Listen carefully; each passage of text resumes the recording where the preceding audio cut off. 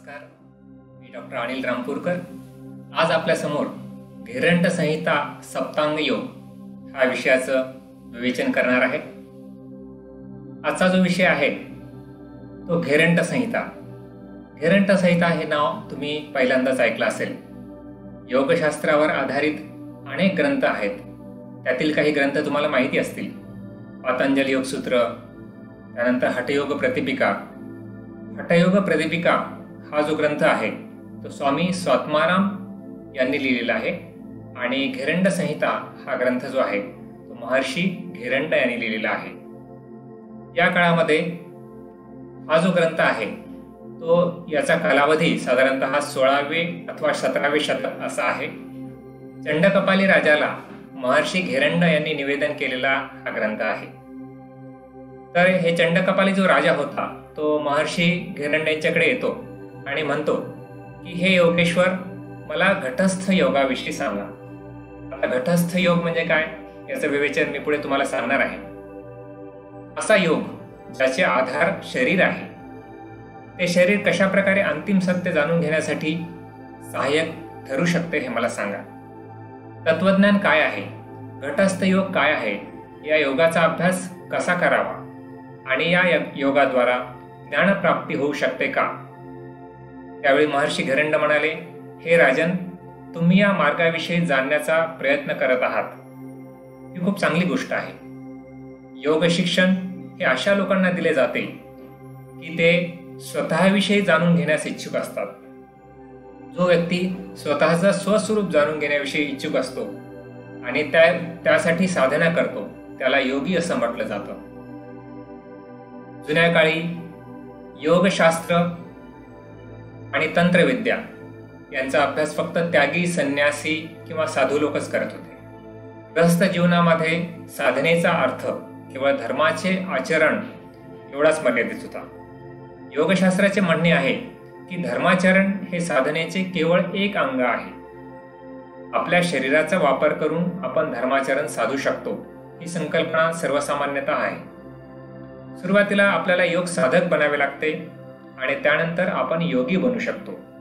योगी बनल्यानंतर त्याचे व्यावहारिक उद्दिष्ट काय असते हे आपण बघूयात. सुरुवातीला योगाने किंवा योगी व्यक्तीने स्वतःचे व्यक्तिमत्व म्हणजेच शरीर, मन आणि बुद्धी याविषयी जाणून घेणे आवश्यक असते. दुसरे उद्दिष्ट आहे की आपल्या आत असलेल्या अंतरंग शक्तींना जागृत करणे. आजचं विज्ञान सांगतं, आपल्या सगळ्यांना माहिती आहे की आपण आपल्या मेंदूचा फक्त 10वा भाग वापरतो, बाकीचे 9 भाग सुप्त अवस्थेत असतात. विज्ञान म्हणते की आपण या सुप्त भागाची क्षमता वाढवली तर व्यक्ती मानवापासून महामानव देखील बनू शकतो आणि विज्ञानाने संशोधनाद्वारे हे सिद्ध करून दाखवले आहे. परंतु हीच गोष्ट योग आणि तंत्रशास्त्राने फार पूर्वी सांगितली होती की आपल्या या अंतरंगात सुप्त असलेल्या शक्तींना जागृत करता येते. त्यानंतर योगी व्यक्तीचं तिसरं व्यावहारिक उद्दिष्ट आहे समाजसेवा. आपल्याला योगाद्वारे जे काही सामर्थ्य मिळालेलं आहे त्याचा वापर समाज निर्माणासाठी करणे. यावेळी योगाची साधना सुरू असते, म्हणजे समाजसेवा करताना सुद्धा योगाची साधना सुरू राहू शकते. राजा चंडकपाली महर्षी घेरंट यांच्या समोर एक साधक, एक जिज्ञासू स्वरूपात येतात आणि महर्षी घेरंट हे योगी आहेत जे राजाला योग मार्ग सांगतात. आता यानंतर एक सूत्र आलेलं आहे. घेरंट संहितेमध्ये एक श्लोक आलेला आहे. आमकुंभ इवांबस्थो जीर्यमान सदा घटः योगानलेन सन्नह्य घटशुद्धीम समाचरेत. या सूत्रामध्ये काय सांगितलेलं आहे? शरीराला घटाची म्हणजेच घड्याची उपमा दिलेली आहे. आपल्याला माहिती की मातीचा घडा असतो. या ठिकाणी मातीच्या घड्याचं सुंदर उदाहरण दिलेलं आहे. मातीचा कच्चा घडा जर असेल आणि त्यामध्ये जर आपण पाणी भरलं तर काय होईल? त्याच्यामध्ये पाणी पण राहणार नाही शिल्लक आणि तो घडा पण मोडून जाईल. परंतु या घड्याला जर आपण भाजलं आणि त्यामध्ये जर पाणी भरलं तर पाणी बाहेर येणार नाही आणि घडाही फुटणार नाही. याचप्रमाणे शरीरोपी घटाला परिपक्व करण्यासाठी योग अग्नी म्हणजे योगाभ्यासाची आवश्यकता आहे आणि या योगानं आपल्या शरीराची शुद्धी करावी असं या सूत्रामध्ये घेरंड ऋषींनी ज्यावेळी ते चंडकपाली राजाला उपदेश करतात त्यावेळी सांगितलेलं आहे. या ग्रंथामध्ये पुढे काय सांगितलेलं आहे की शरीर आणि मन यांच्या शुद्धतेसाठी 7 उपदेश सांगितलेत आणि त्या उपदेशांमुळे काय लाभ होतात याचंही वर्णन सांगितलेलं आहे. तर हे शारीरिक शुद्धीची 7 साधनं कोणती ते आपण पुढे बघूयात. पण या 7 साधनांमुळं जे काही लाभ होतात, या 7 उपदेशांमुळे जे लाभ होतात ते आहेत शोधनम दृढताचैव स्थैर्यम धैर्यम च लाघवम प्रत्यक्षम च निर्लिप्तम च घटस्य सप्त साधनम. आता पुढच्या श्लोकामध्ये या शुद्धतेचे 7 उपदेश आहेत ते उपदेश सांगितलेले. तर कशामुळे काय होतं तर षटकर्मणा शोधनमच, षटकर्मांमुळे शरीराचं शोधन होतं. आसनेन भवेत् दृढम मुद्रया स्थिरताचैव प्रत्याहारेण धीरता प्राणायाम लाघवं च ध्यानात प्रत्यक्षमात्मनः समाधिना निर्लिप्तं च मुक्तिरेव न संशय. आपण याचं प्रत्येकाचं सविस्तर वर्णन पुढे बघणारच आहोत. आता शोधन, पहिलं जे षटकर्मणा शोधनम च, याच्या शोधन म्हणजे काय? शोधन म्हणजे शुद्धीकरण. शरीर आणि मनाला विकाररहित करण्यासाठी शुद्धीकरण हे अत्यंत आवश्यक असते. षटकर्म म्हणजे 6 प्रकारच्या शुद्धिक्रिया. यामुळे आपण आपले शरीर निरोगी, निर्मळ आणि स्वच्छ बनू शकतो. या शुद्धिक्रिया कोणत्या आहेत हे आपण दुसऱ्या एखाद्या लेक्चरमध्ये ऐकणार आहोत. यानंतर शोधनानंतर पुढचा लाभ जो मिळतो तो दृढता. ही दृढता कशामुळे येते? आसनांद्वारे. दृढता हा जो शब्द आहे या शब्दाचा येथे अर्थ आहे शारीरिक, मानसिक, विचारात्मक आणि भावनात्मक मजबूती. म्हणजे एक संकल्प घेऊन त्यानुसार चालणे. आत्मशुद्धीसाठी दृढता हा गुण आवश्यक आहे आणि हा गुण आवश्यक असल्यामुळे दृढतेमुळे आपली शारीरिक क्षमता वाढते. आसनांमुळे आपली शारीरिक क्षमता वाढते, आपल्या अंतरंग शक्ती वाढतात, त्यासोबतच आरोग्याची प्राप्ती होते. त्यानंतर जो साधन सांगितलेलं आहे स्थैर्यम. स्थैर्यम कशामुळे होतं? मुद्रांद्वारे. मुद्रांच्या अभ्यासामुळे स्थिरतेची प्राप्ती होते. मन आणि प्राणाची चंचलता संपून जाते. आपले हात, पाय आणि डोके या 3 टोकाकडून प्राणशक्ती शरीराच्या बाहेर निघून जात असते. मुद्रांच्या अभ्यासामुळे या प्राणशक्तीला रोखले जाते आणि पुन्हा शरीरात घेतले जाते. या मुद्रा मन अंतर्मुखी करण्यासाठी उपयोगी पडतात. या मुद्रांचाही, काही मुद्रांचा अभ्यास, काही आसनांचा अभ्यास, षडक्रियांचा अभ्यास आपण यापुढील लेक्चरमध्ये किंवा तुमच्या प्रात्यक्षिक सरावामध्ये सुद्धा तुम्ही करणार आहात. नंतर पुढचा मुद्दा येतो धैर्यम. धैर्य प्राप्ती कशामुळे होते? प्रत्याहाराद्वारे. धैर्य म्हणजे काय? कोणत्याही विपरीत परिस्थितीत आपला धीर न सोडणे. प्रत्याहाराच्या अभ्यासामुळे काय होतं की धैर्याची प्राप्ती होते.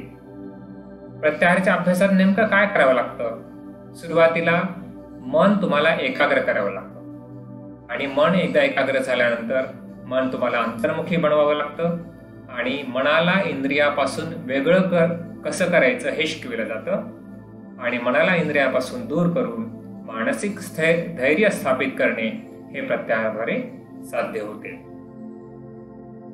त्यानंतर पुढचा जो मुद्दा आहे तो लाघवम. तर लाघवम हा जो गुण आहे, जे लघुता, शरीरामध्ये हलकेपणा जाणवणे, हा जो गुण आहे तो प्राणायामाद्वारे सिद्ध होऊ शकतो. प्राणायामाच्या अभ्यासाने जी ऊर्जा निर्माण होते, उष्णता निर्माण होते, त्यामुळे शरीरातील विकार दूर होतात, शरीरातील विकार जळून जातात, चरबीही जळून जाते, परिणामी शारीरिक स्थूलता कमी होते आणि शरीर हलके होते. या दृष्टीनं शरीर लाघव प्राप्ती प्राणायामाद्वारे होते असं महर्षी घेरंड ऋषींनी सांगितलेलं आहे. आता प्रत्यक्षम हा जो गुण आहे तो आपल्याला ध्यानाद्वारे प्राप्त होऊ शकतो. ध्यान म्हणजे काय किंवा प्रत्यक्ष म्हणजे काय, तर आपले आंतरिक अनुभव पाहणे, अनुभव करणे आणि त्यातच स्थित राहणे याला प्रत्यक्ष असे म्हटले आहे. ध्यानाद्वारे आपल्याला आत्मज्ञानाची प्राप्ती होऊ शकते. म्हणजेच ध्यानाद्वारे आपण स्वतःला जाणून घेऊ शकतो आणि ध्यानामुळे आपल्याला स्वतःला ओळखण्याचे कौशल्य प्राप्त होते. अशा प्रकारे ध्यानाद्वारे तुम्हाला प्रत्यक्षम हा गुण गाठता येतो. यानंतर शेवटचा जो लाभ आहे तो आहे निर्लिप्त. हा लाभ कोणत्या साधनाद्वारे आपल्याला प्राप्त होऊ शकतो? समाधीद्वारे.